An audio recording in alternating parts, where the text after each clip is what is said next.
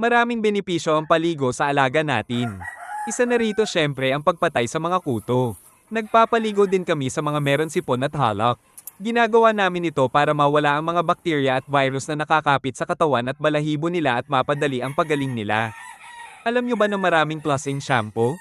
Kadalasan may mga sangkap ito na cypermethrin at meron din na permethrin lang.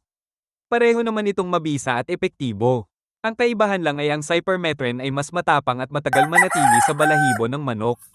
Pag infested ang farm nyo sa kuto, mabisa ang cypermethrin sa unang paligo. Sa kabilang banda, ang permethrin naman ay medyo banayad at maganda ito gamitin pag mag-conditioning na. Kasi maintenance na lang naman at hindi na marami ang kuto nila. Hindi kami gumagamit ng isang brand lang ng shampoo, sa dami pa namang klaseng kuto at mites, meron chance na hindi ito mapatay ng isang brand lamang. Wala namang masama kung magpalit-palit ng brand. Ang mga sangkap ng shampoo sa manok ay pareho din sa mga insecticide spray. Kaya pagkatapos nyo paligo, huwag lang basta-basta itapon kahit saan. Gamitin nyo ito pampatay ng ipis, lamok at peste sa mga pananim. At sa huling ligo bago mag-exam, naghahalo din kami ng shampoo pang tao para mas makintab at mas mabango sila sa kalaban nila. Kayo Kanars, naliligo din ba kayo bago pumunta sa exam?